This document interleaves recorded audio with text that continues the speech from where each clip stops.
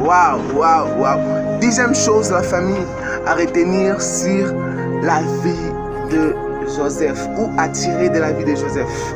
C'est sur la bénédiction. Malgré que j'ai parlé de ça dans les points précédents, je vais encore y revenir. Pourquoi? Parce que ici, Joseph est en train d'apprendre comment bénir. Il est en train de donner les leçons initiales ou importantes sur la bénédiction.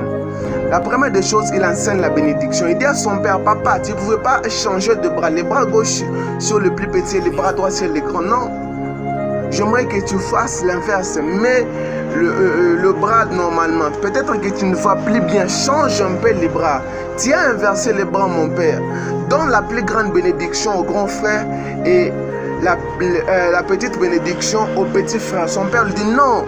C'est comme cela que ça va se passer. Normalement, ça doit se faire comme tu dis. Mais aujourd'hui, jusqu'à la 4e génération, ça va se faire comme ça.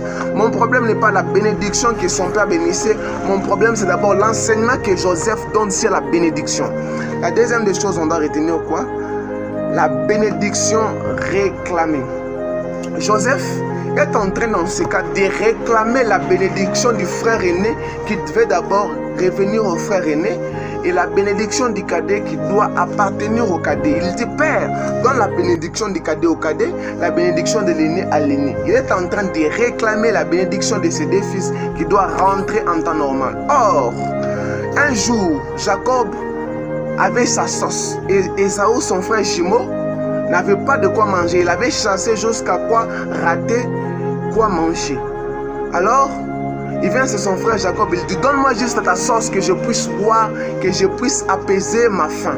Alors Jacob lui dit, si tu veux que ça se fasse ainsi, va-moi tes droits d'aînesse. Alors, de ce jour-là, ils ont perdu leur accès. Et l'aîné, ils ont perdu leur accès jusqu'à la 4e génération pour prendre la bénédiction d'aîné. Vous allez constater que non, quand Joseph va chez son oncle Laban pour reprendre femme, il va choisir là-bas Rachel. Mais on lui a donné Léa. Vous pouvez croire que non, Laban était méchant. Il n'a pas donné la part de bénédiction ou la part des salaires qu'il devait normalement avoir pour les 7 ans de travail. Non, ce n'est pas l'erreur de Laban, c'est d'abord l'erreur de Jacob. Lui qui avait déjà possédé le droit d'aînesse de ses frères. Son frère devait venir chez Laban, prendre d'abord la fille aînée et lui le petit qui devait prendre Rachel. Donc Ésaü marié à Léa et puis Jacob marié à Rachel. Mais pourquoi on l'a